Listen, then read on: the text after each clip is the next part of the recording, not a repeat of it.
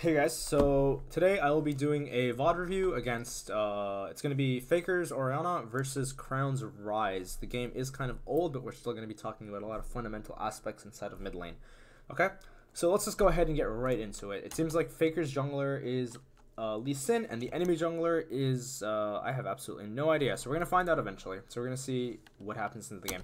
Now, already we know that I don't have Epic Pen open, so we're going to have to do that first. Okay, great. Now, already we know that because Orianna and Rise are two ranged champions, Orianna does actually have a relatively better ranged advantage against Rise, whereas Rise actually ends up winning extended trades, whereas Orianna ends up winning short burst trades with the Q plus W into, backing up and whatnot. We're actually going to see Faker simply just get the level 2 onto Rise and just simply start hard pushing with his ranged advantage that he actually ends up having. That's why you see Faker actually just simply autoing the first minion, queuing right down the lane. Once again, something that I talk about a lot with many of my Orianna coaching sessions that I've done in the past with lower MMR players is that you can actually simply throw the ball in the middle from the beginning stages of the lane before the lane even actually ends up, clashing, and you can simply then use this to force the enemy to move in from angles that are otherwise relatively not as comfortable, which would force Rise to actually move in like this. Now, obviously, we know that Faker simply just already threw the Q out, hits all the minions to get the shove going. We know that Crown knows that Q is now on cooldown, which now allows him to make movements up into mid lane to possibly aggress onto Faker depending on what moves he takes. Faker, on the other hand, has absolutely no reason to ever be on the front forward, like on the forward side of the lane, because he knows that Rise probably started W and a W plus auto, or maybe not even an auto. Well, maybe an auto would be okay if the W ends up landing and Rise is actually positioned somewhere away from the aggression from the caster minions, because the melee minions won't actually end up aggroing him immediately, thus he can actually end up walking out. What's going to end up happening is Faker's next click should just be back here, avoiding the W. So let's see what happens. Yep, so Faker just backs up, and it seems like Rise actually starts his E, gives an auto, and takes a little bit of minion aggression, but that is totally fine because he ends up winning the trade slightly. Now all we're gonna see Faker do is just hard shove the lane into Rise. Okay. Seems like the enemy jungler has started on the left-hand side, and because that's the case, once again, I am unaware of who the jungler is, so we will find out who it is eventually midway through this VOD if he ends up showing up, which he will because there is a word on Tribush here. So we can easily assume that the enemy jungler has started on the left-hand side and is now simply going to be back onto the right-hand side, which will then allow us to actually play on either pockets, mainly because of the fact that Rise and Lee Sin, not Rise and Lee Sin, but Orianna and Lee Sin may actually end up winning against Rise and whoever the enemy jungler is. If the enemy jungler is a champion that isn't that strong in the early stages of the lane, that means our right-hand side pockets become a lot stronger than they would initially actually end up being, unless it was like another like Elise or something, or a Nidalee or a champion that actually has a little bit of early game pressure. Therefore, Faker may actually opt to take left-hand side pockets or more of a defensive route inside of the lane. Okay, here we're gonna see what ends up happening.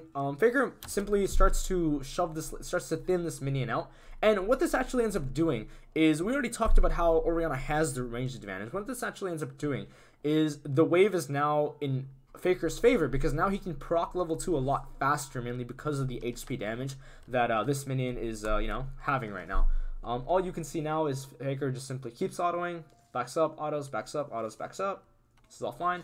And now, immediately, he will get the W. I think the Q was actually kind of a mistake from Faker. He should have waited before he threw the Q. He should have just leveled up W and then simply moved into Crown, where then Crown would have to end up actually forcibly walking back, and that would have maybe been a little bit nice, but that's not happening. You could actually hear Faker knows that he made a misplay here, because you can literally hear it in his voice, right? And now you can opt to get either E or W. In this case, it would be best if he got E, which he does, and this is all fine. Okay. We're gonna see what Faker does next in the lane. Once again, while his jungler is on Raptors, the only pockets that Faker is going to look to play in is on the left-hand side here, mainly because it is in the closest proximity to his jungler. But as Lee Sin moves down towards the blue buff, we might see Faker change pockets like he already is right now. This is all fine. He's just going to opt to shove the next wave in as well, which is okay. Who is the jungler? Can you tab again, please? It is Rek'Sai. So it is a... Oh, wow. This is a really old game. Holy shit. It is Rek'Sai. So it will be a relatively high-pressure jungler. Now here, we're just going to see what happens. Seems like Ryze is opting to push the lane in, which is fine, and this is just a mistake from Faker because he is next to his minions, and there's no reason to do that. Right now, in the ops, he ends up taking a trade, which is really bad. Once again, the pockets that Faker ended up taking, because he didn't end up warding, actually cost him a lot, and this is actually in a time period in which League of Legends didn't actually have the scuttle changes, so what ends up happening is the enemy jungler procs 3 a lot faster, but it's irrelevant, mainly because of the fact that you're still taking a poor trade or a poor pocket, knowing that the enemy jungler is on the right-hand side of the map, right? Obviously, as we discussed before, if this was a champion that didn't immediately just start yanking right off the get-go, then maybe Faker would be able to play on these pockets. But now, because Rek'Sai is, coming in from the right-hand side, which is quite obvious, and we know that Lee Sin's on Wolves and can't actually respond, Faker is now forced to blow Flash, in which Ryze can then simply hard shove the wave in, harass Faker under tower with the slight HP advantage he has, and then or will get depending if Rek'Sai actually chunks Faker out a little bit, and then has the wave come back into him, which would be really advantageous for Ryze. I'm assuming he's running teleport, which should be standard, right? So Flash goes off, and now we're in pretty big trouble here, but it doesn't matter too much. I think opting to hit this wave might actually be a mistake from Faker once again, because what ends up happening if he hits this wave? Well, the wave actually ends up stalemating around this area and ends up locking. Well, not locking, but temporarily. In a way, actually, it does. It temporarily locks around this area of the lane, which allows Rek'Sai to simply go to Raptors and then maybe do a wraparound depending on what Lee Sin's next clearouts are. And because that's the case, all Crown needs to do is simply, with the teleport advantage he has, with respect to the recall, he can simply constantly just match the wave clear that Faker ends up outputting onto the minions. And now, he's in a lot of trouble because now he's susceptible to ganks. Right? One thing you can do if you're a Faker is stand next to your minions, take the HP damage. As you can see, there is a bit of an HP discrepancy between the two champions. You can simply take... You can actually bait a possible flux by standing just next to the minions. This basically works on champions like Ahri, champions like I don't even Zed, champions like champions who basically excel with hitting you and the minions at the same time. Champions like, for example, Xerath as well, right? Because if he was to hit you, you could just stand inside of your minion wave, which allows the wave to then push into you, which gives you opportunities to have the wave in a really nice spot, basically mainly because you don't have summoners, right? And that only leaves Rek'Sai with one other option, which would be in bot lane. But if we look at the state of bot lane, there's no reason why Rek'Sai should ever really be down there, mainly because of the way the lane is being played right now, and the fact that Lee Sin has initiative inside of the right-hand side of the map, and then we can just assume that Rek'Sai may start clearing this right-hand side jungle for maybe about 40 seconds or so before recalling, with and then add maybe another 15 seconds. So then about maybe at around 4 minutes and 30 seconds, Rek'Sai will be on the left-hand side with his rubber banded camps on Wolves up, and depending on the state of top lane, we can then assess where he may be next. Okay. I don't even think he took Wolves. I'm not even sure, but it doesn't matter. The point is his camps will still be up on the left-hand side. And now, once again, Faker's in a little bit of trouble, but the wave is coming back into him. And as you can see, Faker is not going to hit the wave. All Crown has to do is just stand inside of his minion waves and force Faker to potentially damage the wave, depending on how it goes. Alternatively, Crown could just hard shove Faker in and then look to get a potential ward, which will, be defensive against Lee Sin. But you're going to see Faker only Q the outskirts of the wave. He's not actually going to look to Q the wave, because if he Qs the wave, then the wave starts thinning. And that's not what we want, right? We don't want to shove the wave back into him. We do, however, want to start thinning the wave by the time that Crown ends up blowing, Ryze's combo, and then the lane ends up kind of moving towards this square here, which in this case, yes, we do want to start thinning, mainly because of the fact that, we don't want the wave to just immediately hard shove, but for that to actually happen, Ryze would have to end up taking a relatively big chunk out of his mana pool. So we can assume that he's not going to do that either, okay?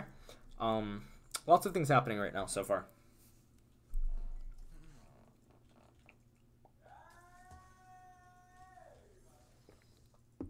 Someone in the SKT house is like apparently screaming. You guys can hear that. Now here, Faker opts to actually get the ward on the right hand side. This is very standard. This is more of just a defensive ward. This is really good, and this basically allows... We know Rek'Sai is still on the right hand side, so by just placing this ward, he's allowed to just kind of protect himself and still retain the south side pocket inside of mid lane. Once again, being close proximity to his jungler here. While this is happening, always look at bot lane, see how it's going. If a flash is blown on Varus or something, not on Varus, sorry, on Lulu or whoever the AD carry is on the enemy team, and then you actually have an opportunity to make a roam down, you can start understanding, okay, you'll know that flash is gone, and that'll actually help you, get a potential kill later into the game. As you can see, as we discussed before, the only thing Faker wants to do is slowly start thinning this wave, mainly because of the fact that we don't want this wave to start shoving in and then end up having the tower hit it, because that's going to get a lot harder to CS, not to mention we simply just want to match the wave clear. One thing that Faker can actually go ahead and do is if the lane phase is being played around here, which is really, really shitty for Crown right now, despite the summoners being down, Faker can simply assume that, okay, Crown's going to take maybe 40% of his mana to clear the wave, but it'll end up coming back into him, right? If he doesn't run teleport, he most likely did, but mainly because of the fact that if Crown does have 40%, if he does end up using if he does end up actually shoving the wave, he has to use the mana pool to actually do that, in which then Faker can respond by using his mana pool. Obviously, I don't know what summoner he's running. He's most likely running teleport, so Crown could actually be totally fine with this, so we don't know that fully yet. Now, once again, as we said, we do want to just thin. Faker did actually kind of misplay here. He should have just waited for this minion to die so that Crown could actually be on lock on the last hit and then Q him. But that didn't end up happening. He simply just looked to thin these backline minions out, which is completely fine as well. And now we're going to just keep watching as to what happens. We know that his Faker, also Faker's Q is down. That's why Crown actually walks in to get the trade, because Faker can either E himself, but that'll cost mana, or he can just take the slight trade and nothing ends up happening. He responds with the Q, and as you can see, why do you think Crown does this? Well, it's very simple. Crown actually opts in to get the slight trade advantage here, mainly because of the fact that these three melee minions are not going to just aggro onto him. The three backline minions will, therefore Crown can get the attack onto Faker and then simply back off. And this is not just because, it looks nice or an opportunity came up. Crown actually deciphered the fact that, okay, Faker used a cooldown, right?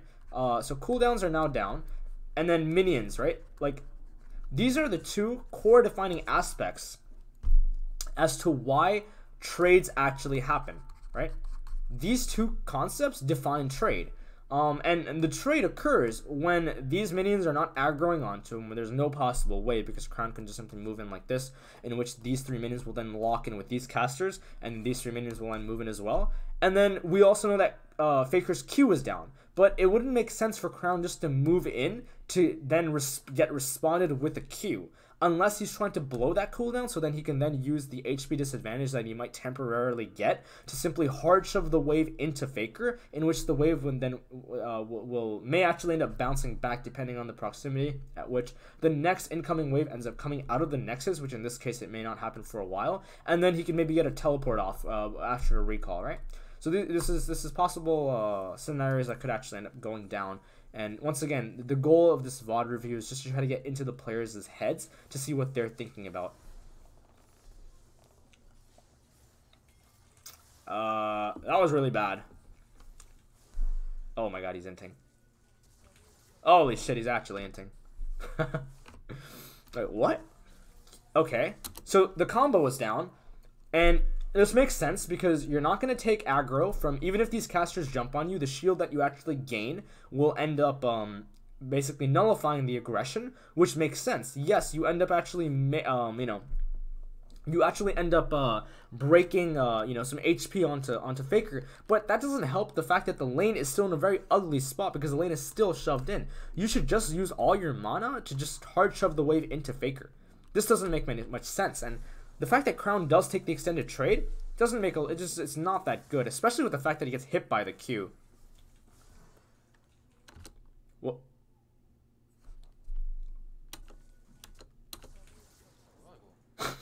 What is he doing? Oh shit! All right, Faker is also wondering the same thing. The fuck? He just inted. Alright, so here's some tips for all the lower MMR players in mid lane. Don't int. It usually, you know, helps you win the lane. So that's always good. Faker also says that Rek'Sai... Okay, yeah, like, this is really specific. And look what Faker says. Let's dissect exactly what he says. He says, I knew that Rek'Sai was bot. And we know that because we just pointed it out, right? We also know that he says that I thought he was coming here or something. When Crown moves like this, Rek'Sai is probably bot lane. So what's going to end up happening in a normal scenario where life actually makes sense is he's not going to die. Faker's going to end up backing off. Rek'Sai's going to come and kill Faker. Right? But I don't know what Crown is doing here. He just ends up inting. And then Faker's just left wondering.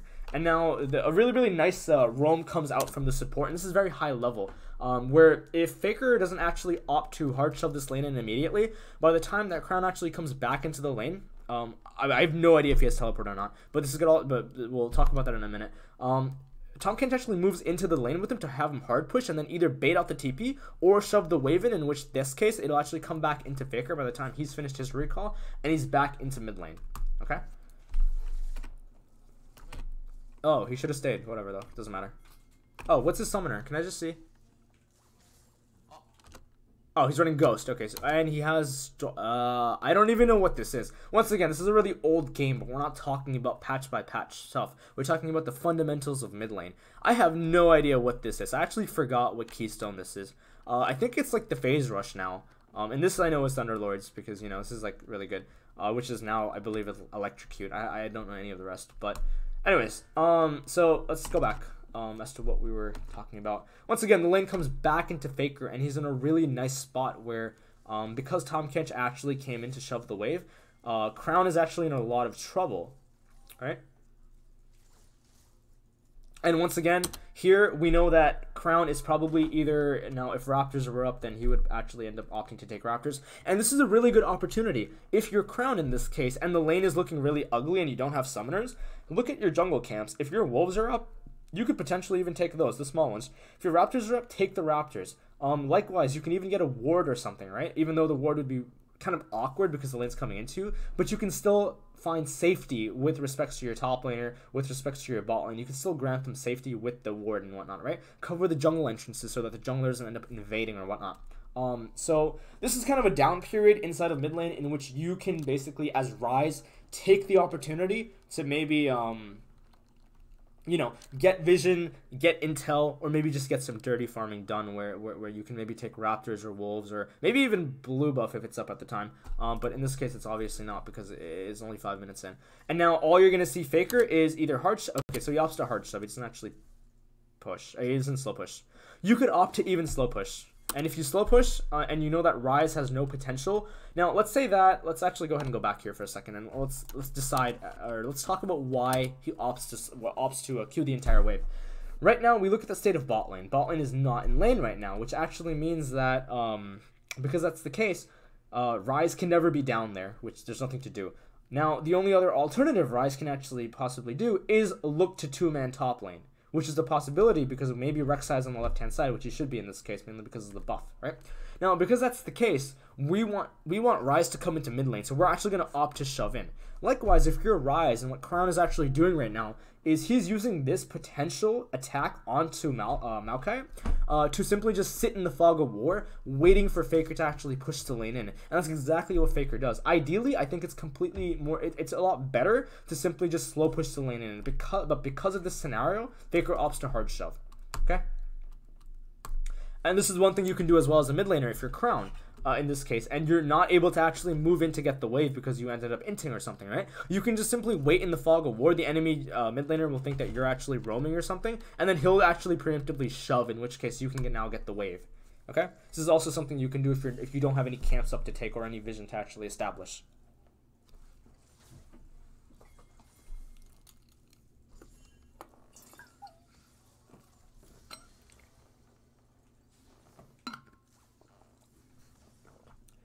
Once again, very subtle.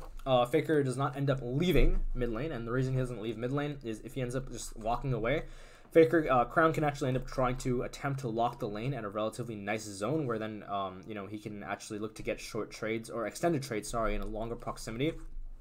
From where the blue line actually is where I'm drawing towards the safety of his tower, and that also allows Rek'Sai to basically have, mainly because he has left side initiative right now, because we can see he's in the top lane, to come down and maybe even attack Faker. That's why Faker actually moves into Crown and then simply makes sure that Crown doesn't opt to try to freeze the lane in any way, even though it's very hard to do that against Orianna at this point in the game. Likewise, we want to be playing on the right hand side of the map. If Lee Sin's next rotations are on the left hand side, which would actually make sense, mainly because of the fact that well, actually no, that's not actually true. Mainly because Lee Sin can actually be like, okay, I'm gonna give up my golems and I'm gonna go straight to bot lane because I know bot lane's pushing in. Because that's the case, I can then basically respond depending on what CS counter Rek'Sai has, and Lee Sin can actually go in like this and then maybe wrap around and back into mid or whatnot. Alternatively, Lee Sin can even go like this to protect his golems, right? Because we see Rek'Sai up in top lane. It really just depends on what Lee Sin's next routes are. And depending on his next routes, it will determine Faker's next pockets inside of the mid lane.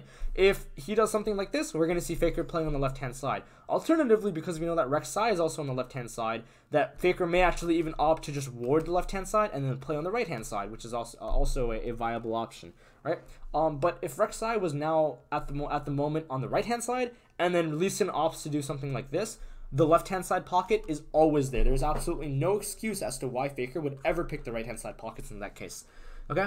It's vice versa, same thing.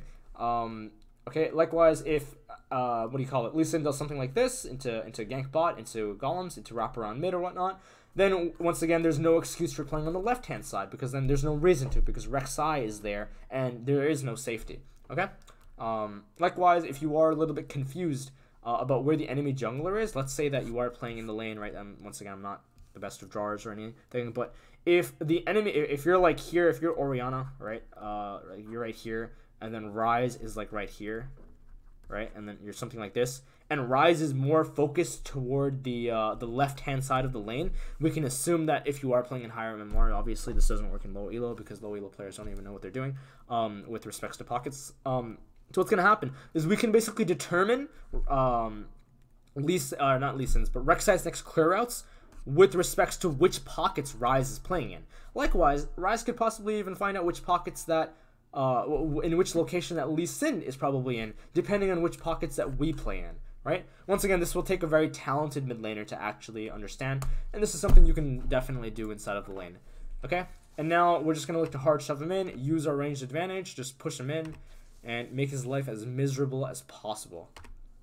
And we are level 6 now. We have come to the stage in which now we are just going to wave clear. We're going to gain priority inside of the lane and then move into the enemy jungle. And as we talked about before, look at the pockets he's taking. He's just going to sustain the right-hand side pockets. With the constant wave clear that Orianna will now provide, Faker can actually move in with Lee Sin and look for either 4-man bots, dragon control, or just potential wards around the Raptors, around the red, and just simply control the game and take over the game bit by bit in that way. Okay? And that's honestly how you play mid lane. And you know, you keep doing these things, and you keep refining on the fundamentals, and you keep watching professional players, and you see what they do. You're gonna understand that the mechanics and all the niche things that you might see these streamers or professional players do does not matter, because the most important thing inside of mid lane is the fundamentals and the ability to be consistent in the decisions and the mechanics that you actually perform or display, and that will make you a better mid laner. Okay, there's a lot of other things that we will talk about. There's a lot of other things that I will actually go on, as I go on with the mid lane series. But for now, this is it. Maybe we'll watch why is the video lagging? That is so weird, dude. Holy shit. We covered Dopa, we covered Faker. We might watch Chovy, Caps. Once again, go ahead and ask me in the description, or let me know in the description, or not the description, goddammit, but the comments. As to who or which mid laner you would like to see. You could also even let me know if you want to see a specific matchup that I could definitely do a VOD review on, and we can do that. Okay, that's about it for now, so I will see you guys next time. Thank you for watching. Goodbye.